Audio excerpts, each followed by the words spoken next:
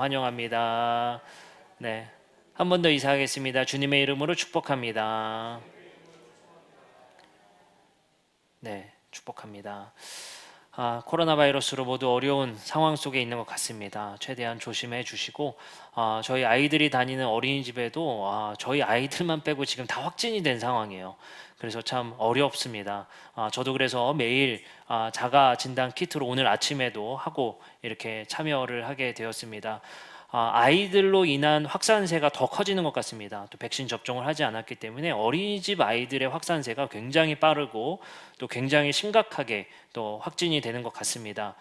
위에서 기도해 주시고 또 드림스쿨 아이들 위해서 또 함께 기도해 주시기를 부탁드리고, 또 노인 연령층에 또 사망자 수가 또 확산되는 것을 또 보게 되면 아직도 또 노인층에는 이 코로나 바이러스가 매우 위험하다라는 생각을 우리가 갖고, 우리 젊으니까 괜찮지라는 것이 아니라 또 이런 면역 약자들을 위해서 우리가 솔선수범해서 우리가 이런 면역에 어려움을 갖고 있는 분들 위해서 함께 방역 지침을 최대한으로 잘 지켜주시기를 부탁드리겠습니다.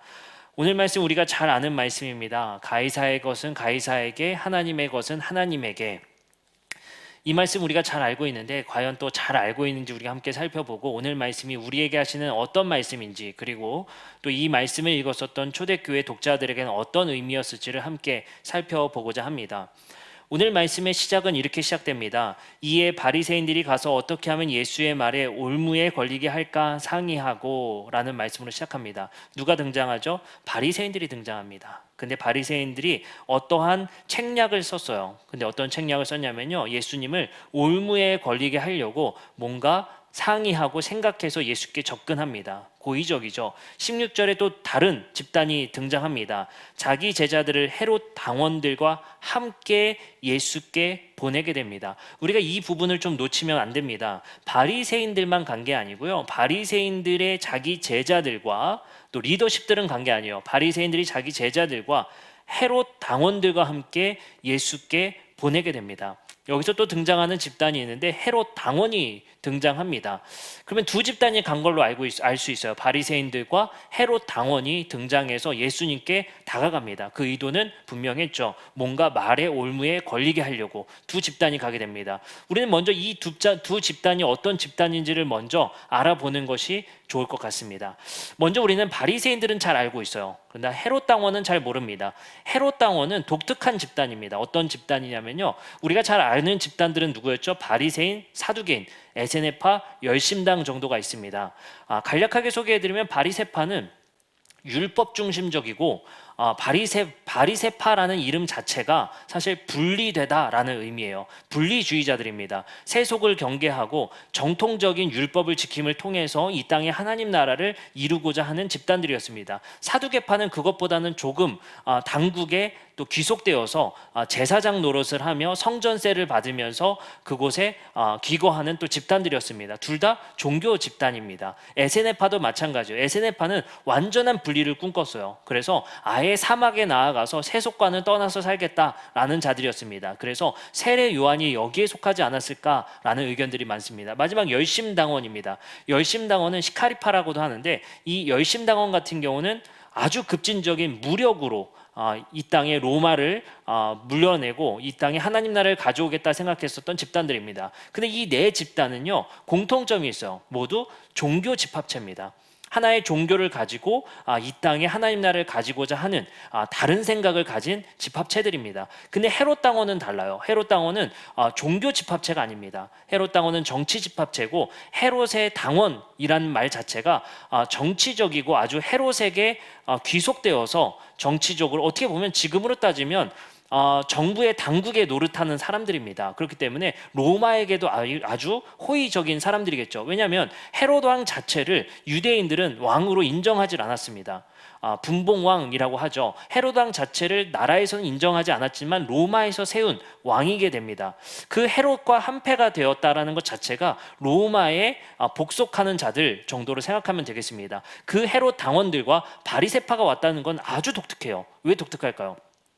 바리새인들은 사실은 로마 당국에 항쟁하던 사람들이었고 헤롯을 인정하지 않는 사람들입니다. 두 집단은 사실 지금 우리가 쉽게 말하면 여당과 야당과 같습니다. 헤롯 당원은 여당에 가깝죠.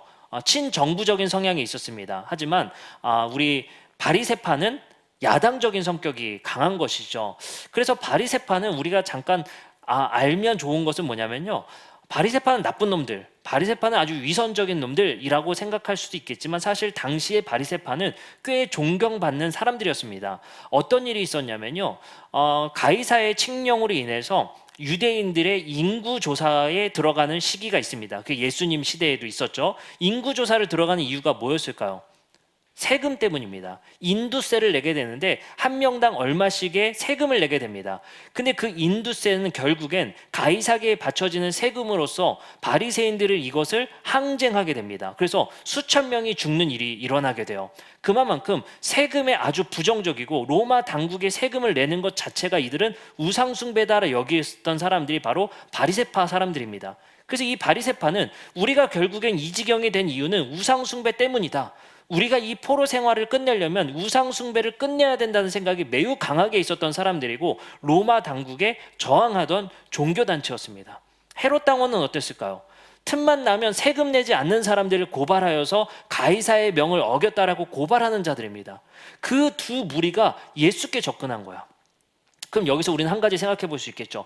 바리새파가 얼마나 교묘하게 예수님께 질문했는지. 그러면 바리새파가 예수님께 뭐라고 얘기를 했죠? 이 세금을 가이사에게 바치는 것이 옳습니까? 라고 물었어요. 근데 두 당원이 같이 갔다고 했습니다. 만약에 가이사에게 내는 것은 옳지 않아 라고 말을 하면 헤롯 당원이 가만히 있겠습니까? 그렇죠? 가이사에게 바치는 것이 옳아 하면 바로 바리새인들은 종교재판을 걸었겠죠. 이러지도 저러지도 못하게 헤롯 당원까지 끌고 가서 예수님께 질문한 것입니다. 여기서 우리는 헤롯 당원을 같이 끌고 왔던 바리새파가 주도적으로 했다는 사실도 알아야 됩니다.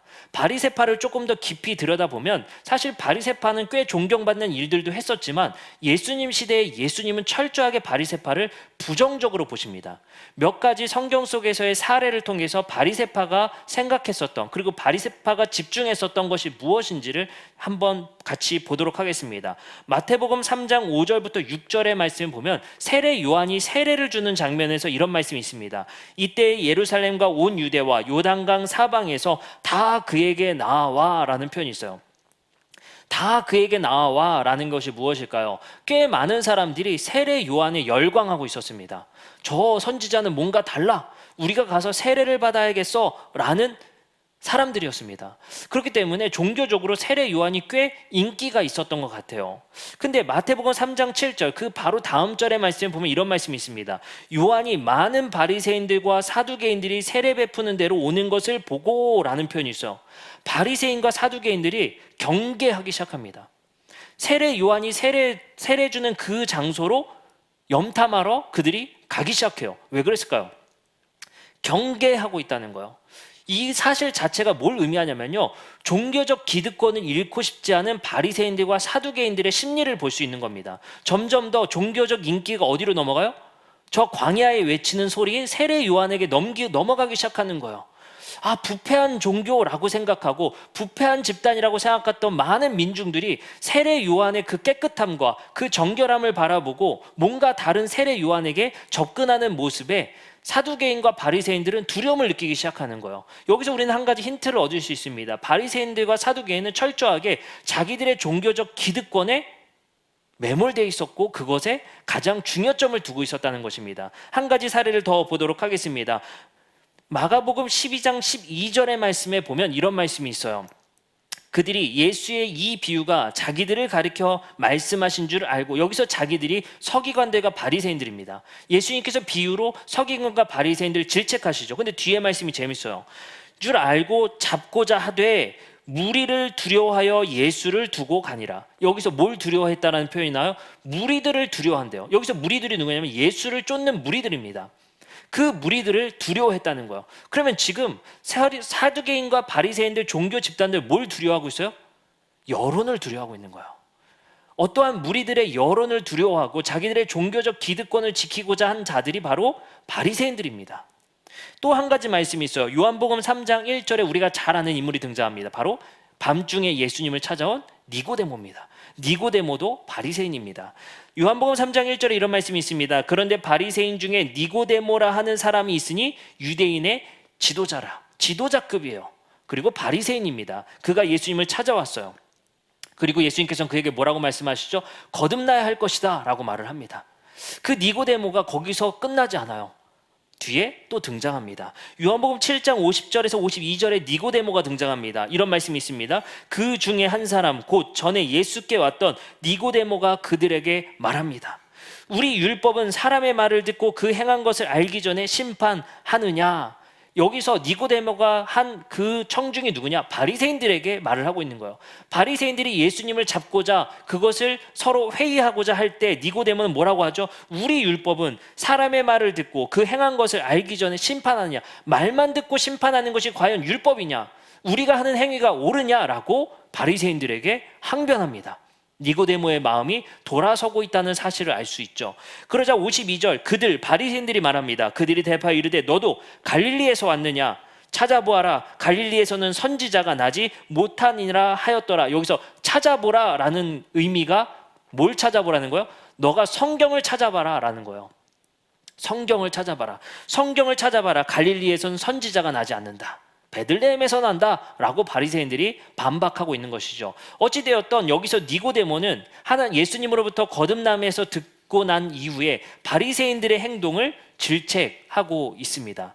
이만큼 바리새인들은 자기들의 종교적 기득권을 지키고자 꽤 노력한 사람들이었고 그것이 무너지면 자기들의 정체성 그리고 이 자리에 설 수 있는 명분이 사라진다라는 것이었기 때문에 바리새인들은 예수님을 어떻게 하면 죽일 수 있을까? 어떻게 하면 올무에 잡힐 수 있을까? 고민하고 또 고민했던 사람들입니다. 그러면 오늘 본문으로 돌아와서 오늘 본문의 딜레마를 살펴봤으면 좋겠습니다. 오늘 본문의 딜레마는 아까 말씀드렸다시피 가이사에게 세금을 내지 않아도 된다라고 예수님께서 말씀하시면 로마법에 접촉이 되고 가이사에게 세금을 내도 된다라고 하면 종교법에 접촉되도록 헤롯 당원과 바리새인 모두 지금 예수님께 접근했다는 사실입니다. 그러면 예수님은 이에 대해서 어떻게 말씀하셨을까요? 마태복음 22장 18절에서 19절엔 예수님께서 이렇게 말씀하십니다. 예수께서 그들의 악함을 보시고 이르시되 외식하는 자들아 어찌하여 나를 시험하느냐. 여기서 외식은 뭐죠? 위선입니다. 위선이라는 뜻은 가면을 쓰다라는 거예요. 연극하고 있다라는 거예요. 종교적 연극하는 자들아 어찌하여 나를 시험하느냐라고 말을 합니다. 그리고 나서 예수님께서 말씀하십니다. 세금 낼 돈을 내게 보이라 하시니 데나리온 하나를 가져오게 됩니다. 자, 여기서 재밌는 얘기가 나와요. 세금 낼 돈을 나에게 보여라 라는 거예요. 세금 낼 돈을 나에게 보여라. 그들이 보여줬던 돈이 뭐였을까요? 데나리온이라고 합니다. 데나리온. 사진으로 데나리온 사진을 한번 보면 이런 사진이 나와요. 이 데나리온입니다. 데나리온. 누가 새겨져 있냐면 티베리우스 황제의 상이 새겨져 있습니다. 제가 이 동전을 실물을 가지고 있거든요. 이스라엘 가서 샀어요. 자판에서 샀는데 가짜더라고요. 예, 웬만한 고대 동전을 거기서 산다고 하면 터키나 이스라엘에서 많이 팔거든요. 가짜라고 보시면 됩니다. 진짜 사고 싶다. 이베이에 있어요. 예, 그거는 검증된 것으로 팝니다. 예, 근데 저 동전 하나가 거의 한 100불 정도, 10만 원 조금 넘는 가격으로 판매되고 있어요. 꽤 흔해요. 근데 사실상 동전을 워낙 많이 발행했기 때문에 꽤 흔합니다. 다시 사진을 보시면 저 돈에 뭐라고 써있냐면요, 앞면에 티베리우스 황제상이 새겨져 있고 그 글씨로 이렇게 써 있습니다. 가이사르 아우구스투스 티베리우스. 그게 무슨 뜻이냐면요, 신의 아들 티베리우스라는 말이 쓰여 있습니다. 뒤에는 뭐라고 써 있냐면 폰티펙스 막시무스라고 써 있습니다. 대제사장이라고 쓰여 있어요. 그럼 앞뒷면에 뭐라고 쓰여 있는 겁니까? 황제가 신이자 대제사장이다 라고 쓰여 있는 동전입니다. 이미 그 당시에는 로마 황제를 신으로 높여서 신으로 숭배하고 있었던 시대입니다. 그렇기 때문에 황제를 동전에 새겨 넣어서 그는 가이사이자 아우구투스다. 그 말은 뭐예요? 신의 아들이다 라는 표현을 써서 동전에 새겨 넣습니다. 재밌는 사실이죠. 예수님께서는 그들에게 말씀을 하시기 전에 너가 세금 낼 돈을 내게 보여라 하시니 데나리온 하나를 가져오게 됩니다. 그 데나리온이 바로 저 동전이에요. 근데 그 동전에는 신의 아들 티베리우스라고 쓰여있는 동전이었다는 사실입니다. 그 말 자체가 무엇이었겠습니까? 누구 호주머니에서 그 돈이 나왔어요? 바리새인 호주머니에서 그 돈이 나온 거예요. 그 말은 뭐겠습니까? 바리새인이 예수님께서 위선적이다라고 말씀하셨던 것은 그들은 이미 그 동전을 가지고 다니면서 우상 숭배를 하는 자들이었어요. 신의 아들임을 인정하며 그 돈을 사용하는 자들이 나에게 누구에게 세금 낼 거냐고 묻는 아이러니를 예수님께서는 질책하고 계시는 겁니다. 그래서 저런 글씨들이 쓰여 있기 때문에 여러분들 성전세는 뭘로 내죠? 세겔이라는 화폐 단위를 씁니다. 세겔. 그 세겔은 뭐냐면 성전에서 환전상들이 있어서 환전해줘요. 세겔로. 반세겔 낸다고 하죠. 그 세겔이란 돈으로 환전하는 이유가 뭐냐? 저 돈은 감히 우상 숭배하는 저 돈은 감히 성전세로 낼 수 없기 때문에 아예 환전해서 다른 동전을 내게 됩니다. 그런 의미가 있는 거예요. 그만큼 저 동전 자체가 자신들의 정체성을 상징하고 있는 거예요. 저 돈을 쓴다는 것 자체가 나는 가이사에게 복속되어 있고 가이사의 그 신의 아들이라는 것을 인정하며 산다는 것을 모든 사람이 알고 있었단 말이죠. 바리새인들은 당신이 이 세금을 낼 겁니까? 물어보면서 자기들은 그 돈을 사용하고 있는 거예요. 누구 호주머니에서 나왔다고요? 바리새인들 호주머니에서 나왔다는 겁니다. 동전을 쓰는 것 자체가 그 사람의 정체성을 이야기하고 있는 것입니다. 그렇기 때문에 바리새인들은 당황할 수밖에 없는 것이죠. 그러나 오늘 말씀은 여기서 끝나지 않습니다.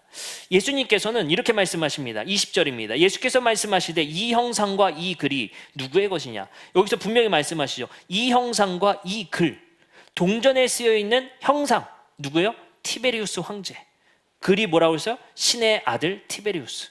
이 예수님께서 20절에 이 형상과 이 글이 누구의 것이냐라고 말합니다. 그러자 바리새인들이 말하죠. 가이사의 것입니다. 그럼 뭐라는 말이에요? 이 동전 자체가 가이사의 것이다 라고 예수님께서 분명히 말씀해 주고 계시는 겁니다. 그 동전을 우리가 살펴보니까 그 뜻을 이해할 수 있게 됐죠. 자, 그러면 우리가 조금 더 나아가서 보겠습니다. 그리고 나서 예수님께서 이렇게 말씀하십니다. 이제 예수님께서는 이렇게 대답하시죠. 그런즉 가이사의 것은 가이사에게, 하나님의 것은 하나님께 바치라. 자, 이건 아주 유명한 말씀이에요. 그리고 가장 해석하기 힘든 말씀 중에 하나입니다. 이걸 과거엔 이렇게 많이 해석했어요. 가이사의 것은 가이사에게, 그리고 하나님의 것은 하나님에게. 이 말은 뭡니까? 세속적인 것 세속적인 사람들에게 주고 너희가 하나님께 드릴 것을 하나님께 드리라. 분리해라 라는 말씀처럼 들었어요. 근데 그것은 틀린 이야기입니다. 정교, 그러니까 정치와 교회를 지금 구분해야 된다. 세속과 교회를 구분하라 라는 말씀으로 예수님께서 말씀하신 건 아니에요. 또 이런 말씀도 아닙니다. 가이사의 것은 가이사에게 다 드려라. 가이사에게 항쟁하고 있는 예수님의 말씀으로서는 좀 이해가 안 되는 이야기입니다. 여기서 우리가 이 말씀을 해석하기 위해서 한 가지 먼저 봐야 할 것이 있습니다. 뭘 봤으면 좋겠냐면요, 가이사의 것은 가이사에게, 그리고 하나님의 것은 하나님께 바쳐라 라고 했을 때 바쳐라가 헬라어가 아포디돔입니다. 바치라 라고 번역을 했죠. 하지만 이것을 바치라 라고 번역하기보다는 돌려주다 라고 번역하는 것이 좋습니다. 그렇게 번역했을 때는 어떻게 되죠? 이것은 가이사의 형상과 가이사의 글이 쓰여 있으니 돌려줘라. 그리고 하나님께로부터 온 하나님의 것은 하나님께 돌려드리는 것이 마땅하다 라는 의미입니다. 그러면 여기서 우리는 한 가지 더 생각해 봐야 됩니다. 예수님께서는 이 말씀을 하시기 전에 이 형상과 이 글이 누구의 것이냐라고 물었어요. 굳이 이 형상이 누구의 것이냐라고 물었습니다. 그럼 여기서 우리는 한 가지 힌트를 얻을 수 있어요. 이 형상이라고 했을 때 형상이라는 단어가 익숙한 단어입니다. 하나님의 형상 이라는 단어를 우리는 알고 있죠. 그럼 우리는 한번 생각해 봤으면 좋겠어요. 예수님의 의도는 이런 것이었습니다. 가이사의 형상이 새겨져 있는 이 가이사의 형상의 것은 가이사에게 다시 돌려줘라. 그리고 하나님의 형상이 새겨진 것은 하나님께 돌려줘라 라는 의미입니다. 이것은 우리가 무엇을 예수님께서 말씀하시고자 하는 겁니까? 가이사에게 형상이 새겨진 것은 가이사에게 주고 하나님의 형상이 새겨진 것은 하나님께 돌려주라는 의미가, 하나님께서는 모든 것에 하나님의 형상을 새겨 넣으셨고 특히 우리 인간에게 하나님의 형상을 새겨 주셨다는 것입니다. 그 말은 뭡니까? 가이사도 하나님의 종이다. 우리가 섬기고 있는 황제와 왕도 하나님의 형상을 입은 사람일 뿐이다 라고 예수님께서 말씀하신 거예요. 그럼 예수님의 말씀은 총체적으로 모든 것이 하나님의 것이라는 거예요. 예수님 것은 가이사의 것은 가이사에게 드리고 분리해서 드리라는 게 아니에요. 우리가 가이사에게 드리는 것도 하나님께 드리는 것과 마찬가지임을 예수님께서 말씀하십니다. 왜요? 황제도 하나님의 형상인 사람이니까. 그 말을 우리는 이렇게 생각해 볼 수 있을 것 같습니다. 하나님은 창조주이자 모든 것의 황제이며 왕이심을 예수님께서는 말씀하시는 것입니다. 여기서 우리는 이 말씀을 가지고 바울은 어떻게 로마 시대의 로마서에 로마 시민들에게 어떻게 적용해서 말씀했는지를 생각해 봤으면 좋겠습니다. 로마서 13장 1절부터 2절에 이런 말씀이 쓰여 있어요. 매우 곤란한 말씀처럼 보여집니다. 각 사람은 위에 있는 권세들에게 복종하라. 권세는 하나님으로부터 나지 않음이 없나니 모든 권세는 다 하나님께서 정하신 바라. 그러므로 권세를 거스른 자는 하나님의 명을 거스르는 것이다. 거스르는 자들은 심판을 자취하리라. 아주 극단적인 말이 나와요. 이 말을 오해해서 정부의 왕과 대통령, 지금으로 따지면 대통령, 황제가 명령하는 불의까지 다 쫓아 행하라는 것이 아니에요. 여기서 바울이 말한 것은 극단적으로 우리가 이것을 문자적으로 모든 황제와 대통령에게 복종해라, 그것이 불의할지라도 하나님이 세우셨으니 복종하라는 의미가 아니다라는 거예요. 바울이 이 말씀을 로마 교회에게 한 이유를 생각해야 돼요. 그게 더 중요합니다. 바로 그 뒤에 구절에 이런 말씀이 쓰여 있어요. 13장 6절부터 7절입니다. 너희가 조세를 바치는 것도 이로 말미암이라. 그들이 하나님의 일꾼이 되어 바로 이 일에 항상 힘쓰니라. 모든 자에게 줄 것을 주되 조세를 받을 자에게 조세를 바치고 권세를 받을 자에게 권세를 바치고 두려워할 자를 두려워하며 존경할 자를 존경하라 라고 말해요.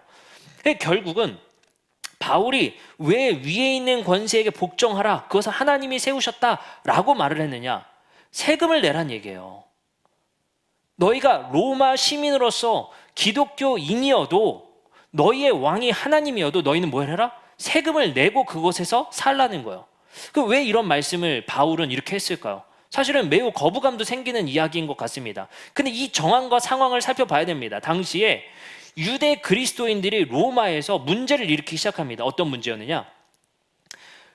세금을 내지 않는 조세 거부 저항 운동을 하게 돼요. 그래서 많은 유대 그리스도인들이 잡혀가게 됩니다. 그리고 많은 그리스도인들이 순교하게 돼요. 근데 그 운동이 뭐였냐? 조세 저항 운동이었어요. 근데 바울은 그 조세 저항 운동으로 로마에게 저항하지 말라고 경고하는 말씀이 로마서 13장의 말씀입니다. 그 배경 상황 속에서 권세에 복종하라는 이야기를 들으셔야 돼요. 왜냐하면 조세 저항 운동이야말로 우리가 로마에게 저항하는 방법이다라고 지금 로마 교회가 저항하고 있는 거예요. 근데 바울은 그런 저항 방법은 예수님께서 우리에게 말씀하신 저항 방법이 아니다라는 걸 말씀하시는 거예요. 왜요? 가이사의 것은 가이사에게, 하나님의 형상으로 창조된 가이사도 하나님의 백성이며 하나님의 그리고 종이기 때문에 너희가 드리는 것, 그 모든 것을 하나님께서 다 운행하실 것이다. 그것을 지금 바울이 적용하여서 로마 교회에게 말을 하는 것입니다. 그 저항 운동을 지금 하지 말라는 거예요. 그러니까 바울은 왜 이렇게 말했을까요? 멋있는 운동이었을 텐데 왜 말했을까요? 로마로부터 극단적 탄압을 유도하게 됩니다. 그래서 교회의 모든 정체성과 교회가 핍박의 그 극단을 향해서 가게 되는 계기가 되게 돼요. 그러니까 바울은 그것보다도 지금 교회의 존립이 또 문제가 있는 것입니다. 여기서 우리는 한 가지 생각해 보아야 할 것 같습니다. 바울이 권면한 것과 예수님이 권면한 것, 우리는 어떻게 지켜야 할 것인가? 이것이 가장 중요할 것 같습니다. 여기서 우리가 생각해야 될 것은 가이사가 하나님을 믿는 자냐? 절대 아니었죠. 그러나 하나님께서 세우신 권세라고 말을 합니다. 여기서 바울은 그가 하나님의 백성이니 또 하나님이 선택한 백성이니 이런 표현 자체를 쓰지도 않아요. 그가 무속을 믿고 있느냐, 그가 무슨 종교냐를 따지지 않습니다. 바울은 우리에게 어떤 신앙을 요구하고 있느냐? 모든 것이 하나님 아래에 있다는 거예요. 그 신앙이 우리에게 첫 번째 된다는 것입니다. 그것이 비록 우리가 여기서 생각할 때 그것이 불의인 경우를 포함하는 것은 아닙니다. 그것을 불의까지도 우리가 따라가라는 것이 아니에요. 그러나 기본적인 국가 질서에 우리는 순종하고 따라가라는 권면입니다. 그것을 불응함으로 인해서 교회가 탄압받는 일은 하지 말라라고 또 말을 하고 있는 거예요. 하지만 불의에는 또 우리는 저항할 수 있어야 되는 두 가지 측면을 다 보셔야 합니다. 이 말씀을 가지고 무조건 순종하자, 이것도 틀린 얘기예요. 그죠? 불의까지도 순종하자, 그런 잘못된 정책까지도 순종하자, 이건 또 잘못된 얘기입니다. 그렇다고 우리는 국가 질서의 모든 것을 따르지 말고 국가는 하나님께서 세우신 것에 모든 것에 반하니까 다 따르지 말자, 이것도 잘못된 얘기입니다. 그래서 우리에게 필요한 것은 또 분별력일 것 같습니다. 오늘 말씀을 통해서 예수님께서 우리에게 하고자 하는 말씀은 분명한 것 같습니다. 모든 것은 하나님의 통치 아래에 있다. 물론 이것을 우리가 믿으면서도 한 가지 회의감이 드는 것이 있어요. 국가 정세를 보면 지금 우크라이나의 전쟁을 볼 수가 있습니다. 그걸 보면서 우리는 회의감을 가질 수밖에 없죠. 하나님은 도대체 뭐 하시냐는 거예요. 하나님은 도대체 어디서 무엇 하시길래 이런 전쟁을 방관하고 계시고 왜 이것을 놔두고 계시냐? 우리는 탄원하고 탄식할 수밖에 없습니다. 마음이 아플 수밖에 없어요. 그리고 우리는 이해할 수 없습니다. 이러한 일들을 돌아봤을 때 예수님이 하신 우리에게 하신 권면과 하나님께서 우리에게 하시는 권면들을 한 번 더 곱씹어 볼 필요성이 있을 것 같습니다. 그럼에도 불구하고 하나님은 모든 것을 운행하고 계시다. 그러나 그 하나님의 뜻과 섭리를 우리가 다 이해할 수는 없다는 겁니다. 하지만 모든 전쟁과 지금 모든 이 정세적 상황들은 하나님께서 통제하고 계시다라는 사실을 성경에서는 말을 하고 있는 거예요. 그렇기 때문에 우리는 하나님께 그저 탄식하고 기도할 수밖에 없는 거예요. 왜요? 하나님의 뜻을 정확하게 이해할 수 없는 우리의 부족함이 있기 때문입니다. 그것은 우리의 삶 속에서도 일어나는 것 같습니다.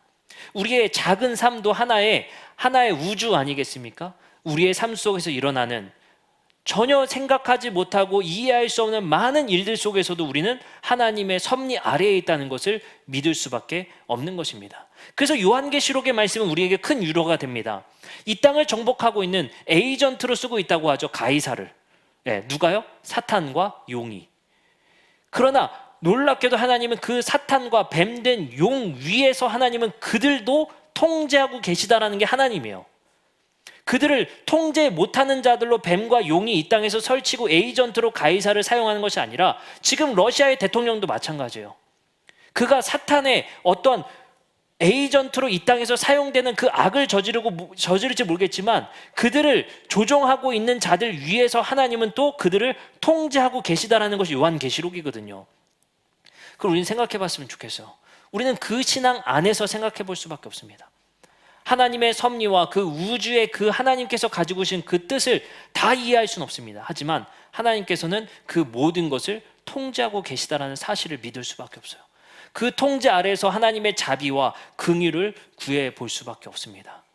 우리는 지금 내가 세금 내는 것 자체가 이거 악이다. 하나님의 형상이 아닌 가이사의 형상을 내가 세금 내는 것, 이거 나는 우상 숭배다. 모든 것이 나는 그러면 저주받는 거 아닌가라는 우리의 걱정이 이 안에 들어있단 말이에요. 그러나 하나님께서 말씀하시는 것, 그 모든 것 위에 하나님이 있다.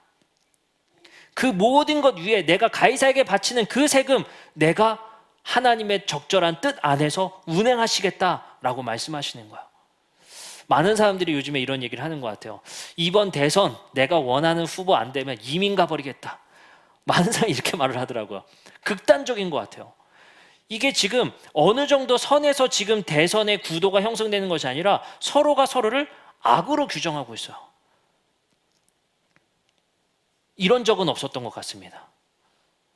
극단적인 현상들이 지금 우리 안에 펼쳐지고 있어요. 이러한 시대 속에서 우리는 무엇을 생각해야 되겠습니까? 누가 되던가 간에 하나님은 그를 통제하실 것이다. 하나님은 그 위에 계실 것이다. 그가 무엇을 믿던, 어떤 종교이던, 어떤 잘못된 그러한 세계관을 가지고 있던 하나님께서는 그 위에 계실 것이다.